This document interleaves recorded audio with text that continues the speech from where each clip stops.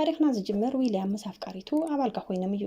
ዊልያም ሰዓት ስራሕ ስለ ዝኣኸሎ ድማ ንፍቅረኛኡ ቻው ኢልዋ ይኸይድ። ዊልያም እናተጻደፈ ናብ ስራሕ እንትኸድን ብዛዕባ ስራሕ ብስልኪ እናዋግዐን ከሎን ግን ብጣዕሚ ዝሕዝን ኣጋጣሚ እዩ ዝኽሰት። ዊልያም ከቢድ ሓደጋ ሞተር ይጋጥሞ። ድሕሪ ዝንሪኣ ሊዛ እያ።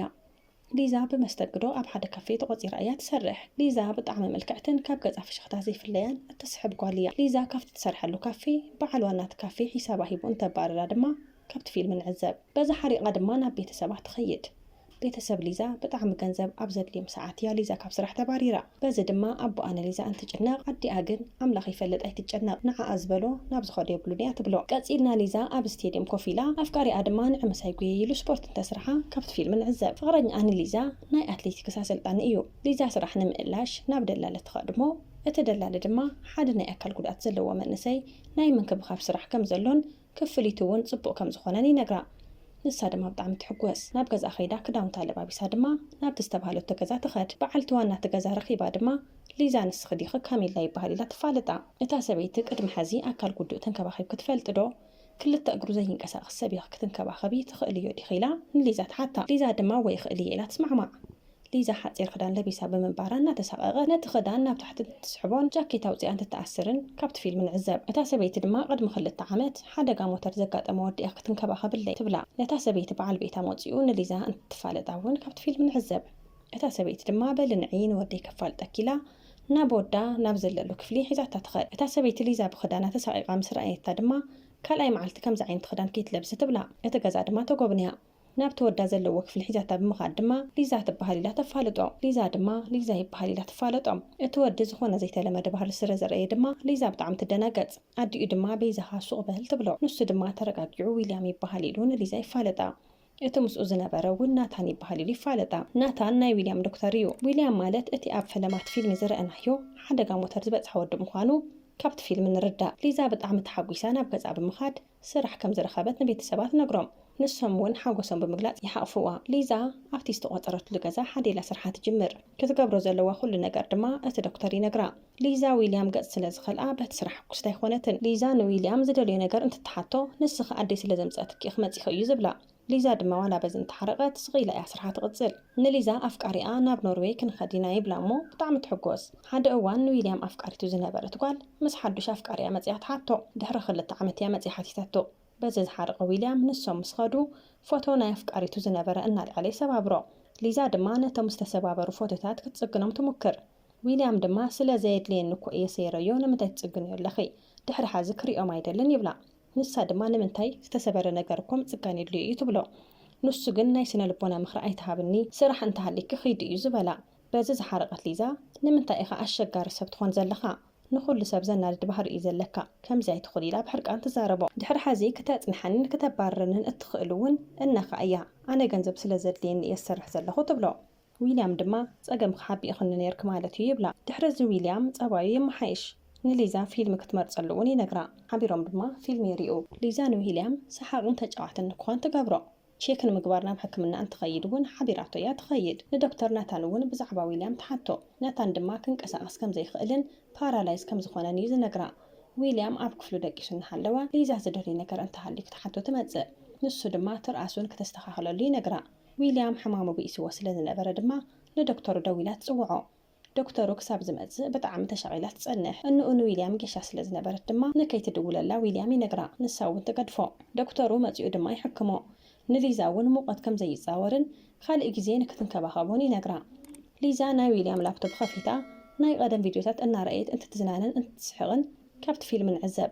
ዊልያም ድማ ናይ ፈረንሳይ ፊልም ዲኸ ትርኢ ዘለኺ ኢሉ ሓታ። ንሳ ድማ ይኹንክን ትብሎ። ገዛ ኣይትኸድን ዲኸ ኢሉ እንትሓታ ድማ ገዲፈካ ይኸድን ትብሎ። ዕረፍቲ ንክገብር ነጊራቶ ክትኸድ ክትብል ድማ ዊልያም ሓቢርክን ንጽንሒ ዝኾነ ደስ ዝብል ነገር ንገርኒ ይብላ። ንሳ ድማ እንኣ ህፃን እናሃለወት ትዝምረላ ዝነበረት መዝሙር ትዝምረሉ። ዊልያም ድማ ደስ ኢልዎ ይስሕቕ። ንስኺ እኮ ትገርሚ ጓል ኢኺ ኢሉ ድማ ይድንቓ። ሊዛ ንዊልያም ኩሉ ግዜ ሕጉስ ንክትገብሮ እያ ትደሊ። ዊልያም እውን ብሊዛ ሕጉስ እዩ። እሳ ብትገብሮ ነገር ኩሉ ይስሕቕ ይሕጎስ። ሓሴት እያ ትፈጥረሉ። ሊዛን ዊልያምን ንፋስ እናወሰዱ እንተዋግዑ ካብቲ ፊልም ንዕዘብ። ብዛዕባ ህይወታ እንተሓታ ድማ ሕጉስቲ ከም ዝኾነትን 7 ዓመት ኣብ ካፌ ብመስተንግዶ ከም ዝሰርሐትን ትነግሮ። ዊልያም ድማ ኮሌጅ ኸ ተማሂርኩ ዶ ኢሉ ይሓታ። ሊዛ እውን እወ ተማሂረ ፋሽን እያ ኣጽኒዐ ትብሎ። ዊልያም እናተገረመ ንምንታይ ደኣ ኣብ ናይ ፋሽን ዓለም ዘይኣተኺ ይብላ። ንሳ ድማ ዓቕሚ እኮ ይሓትት እዩ ብምባል ትክዝ ኢላ ትነግሮ። ዊልያም ግን ንስኺ እኮ ዝደለኽዮ ዓቕሚ ክትፈጥሪ ትኽእል ጓዲኺ እዩ ዝብላ። ሊዛ ንዊልያም ጭሕሙ ንክላፀ ትነግሮ። ንሱ እውን ፈቃደኛ ይኾን። ሊዛ እውን ጭሕሙ ትላፅየሉ። ሊዛ ኣቦኡን ኣዲኡን ዊልያም እንትጨቃጨቁ ትሰምዖም። ዘጨቃጭቆም ዝነበረ ጉዳይ ድማ ብዛዕባ ዊልያም እዩ። ዊልያም ድሕሪ 6 ወርሒ ናብ ስዊዘርላንድ ክኸድ ዝደሊ፣ ኣዲኡ ግን ኣይትደልን። ኣቦኡ ድማ ከም ድሌቱ ይግበር በሃላ እዩ። ሊዛ እዚ ምስ ሰምዐት ብጣዕሚ እያ ትሓዝን። ንሓፍታ ደው ኢላ ድማ ትፅዋዓ።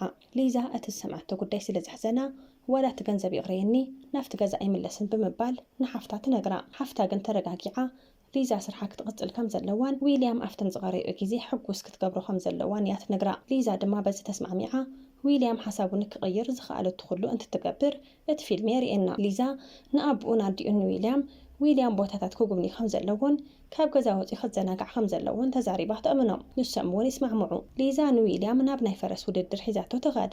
ናታን እውን ሓቢርዎም ይኸድ። ኣብቲ ቦታ ምስ በፅሑ ድማ እታ ናይ ዊልያም ዊልቸር ናብ ጭቃት እያ ትርግረግ። ሊዛ ድማ ሰባት ፀዊዓን ክሕግዝዎም ትሓቶም። በቶም ሰባት ድጋፍ ድማ እታ ዊልቸር ካብ ጭቃ ወፂኣ እቲ ውድድር ፈረስ እውን ይርኡ። እቲ ውድድር ምስ ተወድአ ኣብ ሓደ ካፌ ይኸዱ። እታ በዓልቲ ዋና ግን ባጅ እንተዘይሒዞም ክትእዘዞም ከም ዘይትኽእል እያ ትነግሮም። በዚ ዝሓረቐት ሊዛ ባጅ ክቀቂል ክብልዕ እዮ ኢላታ ትኸድ። ሊዛ ንዊልያም ናብ ናይ ሙዚቃ ድግስ ንክኸዱ ትሓቶ። ዊልያም እውን ይስማዕማዕ። ሊዛ ናብቲ ናይ ሙዚቃ ድግስ እንታይ ዓይነት ክዳን ተኸዲና ትኸድ ከም ዘለዋ ናብ ሓፍታ ብምስሊ ደው ኢላ እንትትሓታን እንትትዕልላን ካብቲ ፊልም ንዕዘብ። ሊዛ ኣዝዩ ደስ ዝብል ቀይሕ ክዳን ለቢሳ ናብ ናይ ዊልያም ክፍሊ ትኸድ። ናታን ተገሪሙ ይሪኣ። ዊልያም ምስ ረኣያ ድማ እቲ ደሪባቶ ዝነበረት ሻርፒን ክተውፅኦ ይነግራ እሞ ተውፅኦ። ብፅባቐኣ ድማ ይግረም። ሓቢሮም ድማ ናፍቲ ናይ ሙዚቃ ድግስ ይኸዱ። ደስ ዝብል ግዜ ሓሊፎም ድማ ናብ ገዞም ይምለሱ። ኣብ መኪና ኮይኖም እንትዕልሉ ድማ ሊዛ ካብ መኪና ክትወርድ ክትብል ዊልያም ከምዚ ኢልና ንእሽተይ ነፅንሕ ይብላ። ብጣዕሚ ሕጉስ ከም ዝኾነ እውን ይነግራ። ሊዛ ኣብ መዓልቲ ልደታ ንዊልያም ናብ ስድራ ሒዛቶ ትኸድ። ደስ ዝብል ግዜ እውን ይሕልፉ። ፍቅረኛኣ ንሊዛ ብዊልያም ቀኒኡ እንትሓርቕ እውን ካብቲ ፊልም ንዕዘብ። ንሊዛ ውህብቶ እንተበርክቱላ ድማ ካብ ናይ ኩሎም ስጦታ ናይ ዊልያም ስጦታ ስለ ዝሐጉሳ ኣፍቃሪኣ ንሊዛ ብጣዕሚ ይሓርቕ። ዊልያም ንስድራ ሊዛ ኣመስጊኑ እንትወፅእ ንኣፍቃሪኣ እውን ከምዚ ዓይነት ጓል ብምርካቡ ዕድለኛ ከም ዝኾነ ይነግሮ። ዊልያም ንሊዛ ናብ ሓደ ጥንታዊ ሙዚየም ሒዝዋ እንትኸይድ እውን ካብቲ ፊልም ንዕዘብ። ሓቢሮም እንትዕልሉ ድማ ዊልያም ብጣዕሚ ዝፈትዎ ከተማ ፈረንሳይ ፓሪስ ከም ዝኾነ ይነግራ። ንሳ ድማ ንምንታይ ሞ ዘይንኸይድ ትብሎ። ዊልያም ግን ብጣዕሚ እናሓዘነ ክኸድ ከም ዘይኽእልን ናይ ፈረንሳይ ኣጓላት ከምዚ ኢሉ ክሪኦኦ ከም ዘይደልን እዩ ዝነግራ። ናብ ካሊእ ቦታ ግን ክኸዱ ከም ዝኽእሉ ይነግራ። ሊዛ ናብ ገዛ እንትትኣቱ ኣቦኣን ኣዲያን ብጣዕሚ ተሓጒሶም ትረኽቦ። ኣቦኣ እውን ስራሕ ከም ዝረኸበ ይነግራ። ንሳ እውን ብጣዕሚ ትሕጎስ። ኣዲኡን ዊልያም ሊዛ ንክትሕልዎ ሓደራ ትህባ። ዊልያምን ሊዛን ናብ መርዓ ሓቢሮም እንትትኸዱ እውን ንርኢ። እቲ መርዓ ናይ ቀደም ኣፍቃሪቱ ንዊልያም ስለ ዝነበረ ዊልያም ንከይሓዝን ሊዛ ብጣዕሚ ትጭነቕ ነይራ። ዊልያም ግን ንሊዛ ጽብቕቲ ከም ዝኾነትን እቲ ዝለበሰቶ ክዳን እውን ከም ተጸበቐላን እዩ ዝነግራ። ንሳ እውን ንስኻ እውን ኣጥዒሙልኻ እዩ ብምባል ኣድናቆታ ትገልጸሉ። ሊዛ ምስ ሓንቲ ቤተሰብ ናይታ መርዓት እንትትዕልል ድማ እታ ሰበይትን ዊልያም ንክትንከባኸቦ ትነግራ። ናይ ቀደም ኣፍቃሪቱ እውን ንዊልያም መፂኣ ሰላም ብምባል ኣብ መርዓ ኣብ ምርካቡ ሕጉስ ከም ዝኾነ ትነግሮ። ንሱ ድማ ኣብ ደስታኸ መዓልቲ ከመይ ጌረ ክተርፍ ይብላ። ዊልያም ንሊዛ ንግሆንኮ ካብ ዝሪኦም ውቁባት ነገራት ሓንቲ ንስኺ ኢኽ ብምባል ኣድናቆቱ ይገልጸላ። ንሳ እውን ተሓጒሳ ኣብ ልዕሊኡ ኮፍ ኢላ እናሃለወት እስኪ ካብዚ ቦታ ኣነ ንስኻ ንጥፋእ ትብሎ። ንሱ እውን ተስማዕሚዑ ብጣዕሚ ሕጉሳት ኮይኖም ድማ ንሪኦም። ናብ ገዛ እንትምለሱ ድማ ኣዲኡን ዊልያም ተሸቒላ ስለ ዝነበረት ንምንታይ ስልክ ዘይተልዕሉ ኢላ ትሓቶም። ዊልያም ድማ ፍቓድ እኮ ኣየድልየንን ኢልዋ ይኣቱ። ዶክተር እውን ተቐቢሉ ቼክ ይገብሮ። ሊዛ ንኣፍቃሪኣ ናብ ኖርዌይ ከም ዘይትኸይድ ትነግሮ። ንሱ ድማ ብጣዕሚ ሓሪቑ እቲ ስራሕ ንክትገድፎ ይነግራ። ንሳ ግን ክትከድፎ ከም ዘይትኽእል እያ ትነግሮ። ሊዛ ዊልያም ከም ዝሓመመ ደው ኢሎም ስለ ዝነገርዋ ድማ እናተጻደፈት ናብ ሕክምና ትኸድ። ብጣዕሚ ተሸቒላ ድማ ዓይኑ ትሪኦ። ዊልያም ድማ ዳሕና ከም ዝኾነ ይነግራ። ናታን ንሊዛ ብዛዕባ ዊልያም ይነግራ። ብጣዕሚ ከም ዝሳቐን ስቃዩ ከም ዝሓብእን ንሳ ምስ መፀት ግን ሕጉስ ከም ዝኾነን ምስሓቅ ምንጫት ከም ዝጀመረን ይነግራ። ንሳ ድማ ሕጉስ ኮይኑ ክቕፅል ከም ዘለዎ ትነግሮ። ሊዛ ናብ ገዛ ምስ ተመለሰት ኣፍቃሪኣ ይጸንሓ። ትኬት ከም ዝቆረፀ እውን ይነግራ። ሊዛ ግን ምስ ዊልያም ናታንን ጉዕዞ ከም ትገብር እንትነግሮ ኣፍቃሪኣ ብጣዕሚ ሓሪቑ እዚ እንታይ ዓይነት ስራሕ እዩ ከመይ ጌርኺ ምስ ክልተ ኣወዳት ትኸዲ ይብላ። ሊዛ ግን ምስኡ ከም ዘይትኸይድን ዝሓስበላ እንተኮይኑ ንክርድኣንያ ዝነገረቶ በዚ ሓርቕ ኣፍቃሪኣ ካብቲ ገዛ ወፂኡ ይኸድ። ዊልያም ሊዛን ናታንን ናብ ካሊእ ዓዲ ከይዶም እንትዘናግዑ ድማ እቲ ፊልም የርእየና። ሓያል ዝናብ እናዘነበ ሊዛ መስኮት ክትዓጽ ክትብል ዊልያም ንከይተዓጽወ ይነግራ። ንሳ ድማ ገዲፋቶ ናብ ጎኑ ትመጽእ። ንሱ ድማ እስከ ለሙዓንቲ መሳያምሺ ይብላ። ንሳ ድማ ብዘይ ምንም ቃላት ጽግዕ ኢላ ከንፈሩ ትዝዕሞ። ቃላት ብዘይብሉ ድማ ውሽጣ ፍቅሮም እንትገላለጹ ንዕዘብ። ሊዛን ዊልያምን ኣብ ደገ ኮይኖም እንተዕልሉ ሊዛ እናደነሰት ተዝናንዮ። ንሱ ድማ ብስሓቅ ዓጂቡ ፈሊቲ ጓል ከም ዝኾነት ይነግራ እሞ ንሳ ድማ ናብኡ ቅርብ ኢላ ከንፈሩ ትስዕሞ። ናይ ስዊዘርላንድ ጉዕዝኡ ክስርዝን ሕጉስ ከም ትገብሮን እውን ትነግሮ። ንሱ ግን ብጣዕሚ ዝሕዝን ነገር እዩ ዝነገራ። ጉዕዝኡ ክሰርዝ ከም ዘይኽእልን ሓሳቡ ከም ዘይቕይርን እዩ ዝነገራ።